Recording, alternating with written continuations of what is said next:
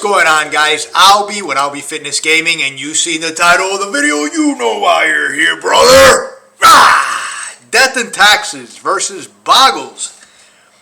So let's go ahead and talk about this matchup here. So opening hand here is fine. We don't know we're going up against Bogles, but we have pretty much what we need. We got a Ghost Quarter, 2 planes, a Path. We have a little bit of Disruption in Thalia. We have Giver of Ruins to protect. And then we have Flicker Wisp as a threat, also as a disruptive creature, depending on what they're playing.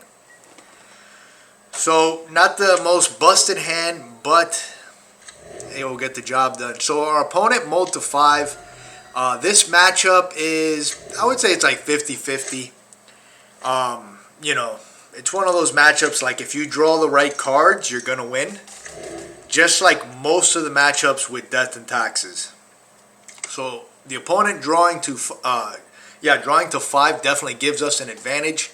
Here we're favored to win now, especially since our hand is decent. Although our Path doesn't really do anything, so it's technically like 6-5 draw, so it's not a huge advantage. But also Bogles is one of those decks that at 5 it can still win games, especially against a deck like ours that's not very fast and is trying to disrupt our opponent and get incremental advantages throughout the game.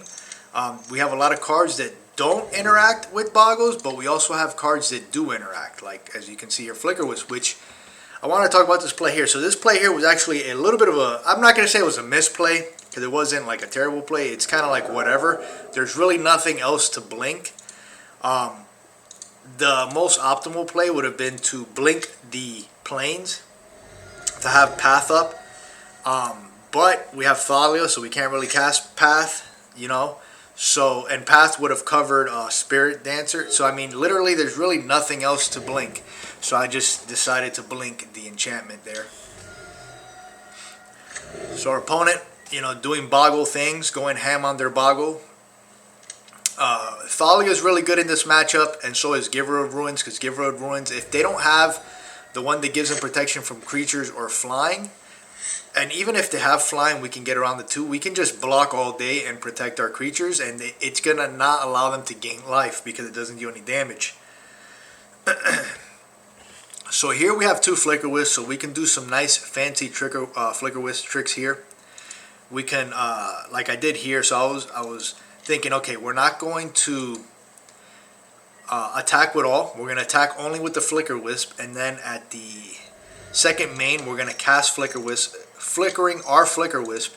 That way, at the end of the turn, when it comes into play, we're going to go ahead and blink the Greif's enchantment, so they lose flying, which now gives us an opportunity to block with Thalia and protect it, which means they're probably not going to attack, or maybe they will. I don't know. They probably shouldn't, because then we could come in for a lot, and we're going to have these guys coming in for 6 next turn anyways, the Flicker Wisp. So, you know, this goes back to what I used to say, like you should always use your Flicker Wisp as a way to, rather than value, but kind of like get an advantage as a disruptive way. So here you can tell, like, the only choice they really have is either attack and we block and kill their guy, or they can just leave them and then their enchantment comes into play, and yeah, they just decide to scoop here. You know, next turn we can just attack with everything, protect whatever they block. I mean, we're at 14. The chances of them killing us are very slim to none, and then we just win the game the following turn. So he saw the writing on the wall. Here she saw the writing on the wall and said, that is enough. I am conceding. As far as sideboard here, there's really nothing we can bring in against them. Maybe Eidolon or Relic, maybe, but Thalia does a really good job of stopping them from playing multiple spells a turn anyways, so Thalia is just better. I mean, maybe you can have an argument where you maybe possibly trim maybe 1 or 2 Stone Forges or something like that, but I don't think you really need to sideboard against this matchup. Like I mentioned, it's really, if you draw the right cards, because again, this is like a 50-50 in my opinion from my experience. If you draw the right cards, you're going to win.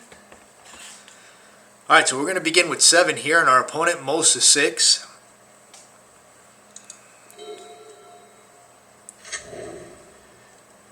have the Leon Arbiter and Field of Ruin here. And we have the Giver of Ruin to play turn 1. Path the Exile we could have taken out, but the reason I leave it in is mainly because of Core Spirit Dancer.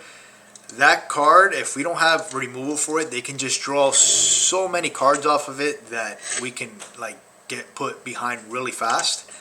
So I still leave the paths in.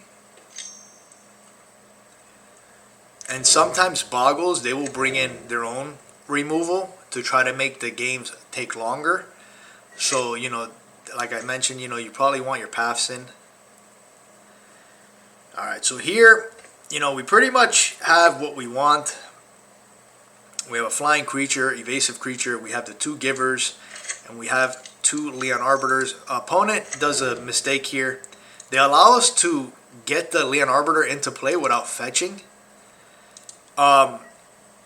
Throughout the game, it seems pretty painful for them because of that decision. And when you play on paper, there's so many times that you cast a Leon Arbiter and people forget to fetch. But when you're playing online, because it does prompt you to do it, you know, you're going to remember most of the time. But in this case, the opponent, I guess F6'd or something, but the Leon Arbiter came into play and now they're stuck. So this is going to allow us here to Field of Ruin them and set them behind, because now they technically can't even fetch unless they play another land, and then they have to spend their whole turn just to fetch.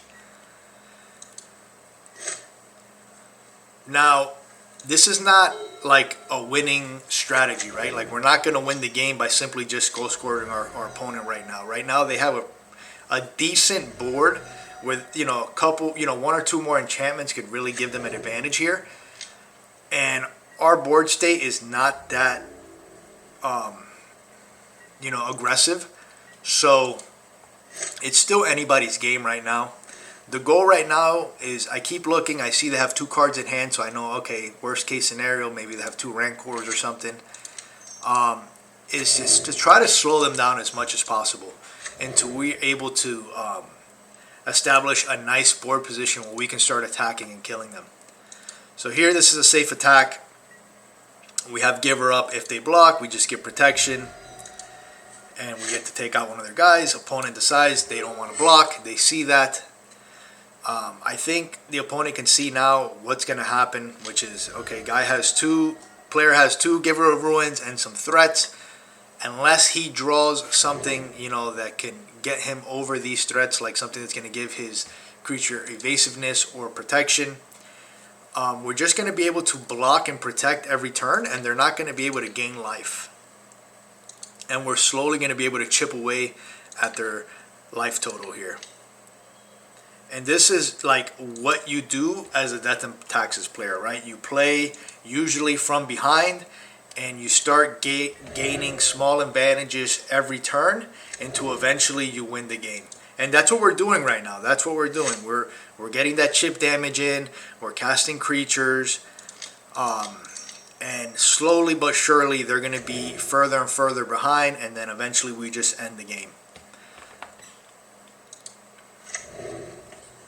So keeping Path up here in case they do have the Core Spirit Dancer.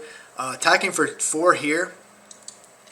We do have the Giver of Ruins. I'm assuming they're going to only block with him, which they do. We're going to protect here. And then we have 1 Giver back to protect the next blocking creature. This is going to, again, prevent them from gaining life. So at this point, they really need to draw the enchantment. I forgot the name of it, but the one that gives them protection from creatures. If they draw that, they're back in the game. But unfortunately, they do not. They have 1 card in hand.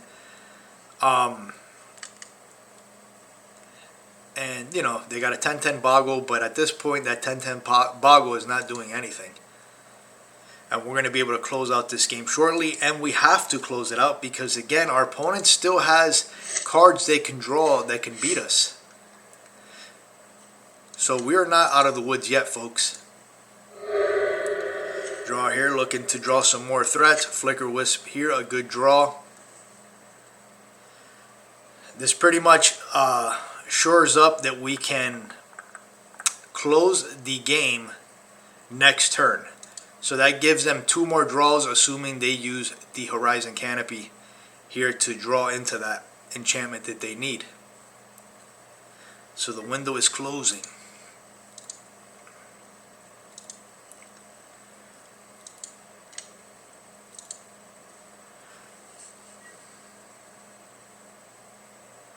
Opponent blocks, same sequences that we've been seeing the last few turns, just protect. They gain no life, we get in for chip damage here, and we're slowly but surely getting there and doing what Death and Taxes does. And then this is the nail in the coffin. This for sure right here, make sure that even if they draw something else to block, because again they could block with the other Boggle. I mean, we do have 2 givers, but this pretty much just puts the nail in the coffin here for them, unless they draw that one artifact that I mentioned. I mean, that one enchantment that I mentioned where it gives them protection from creatures. That is their only out right now that I'm aware of, at least for this deck. Horizon Canopy comes in tapped. That probably played, like the Archon thing there, that ability probably played a big role because that's an additional card they were not able to draw. And now, folks, it's safe to say that the game is over. Yep. And the opponent scoops it up. So like I mentioned, you know, this matchup is pretty 50-50. If it's just like the other matchups, if you draw what you need to draw, you're going to win the game. Or you have a high probability of winning the game. We have plenty of cards to interact with Bogles. We're not like some other decks that are just dead to Bogles. Now, even if we do have a good hand, Bogles can go nuts. They could draw their God hand and just steamroll right through us. But overall, like if we're drawing our 50-50 hands and they're drawing their 50-50 hands, you know, where neither of us are drawing. If they draw their God hand, they're going to beat us, right?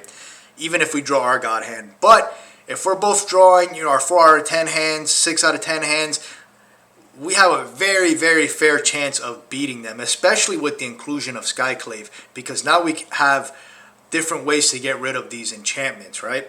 So there you have it, folks. Death and Taxes versus Bogles. I hope you enjoyed the video. Don't forget to subscribe, like my video, and thank you guys for supporting the channel, and peace out.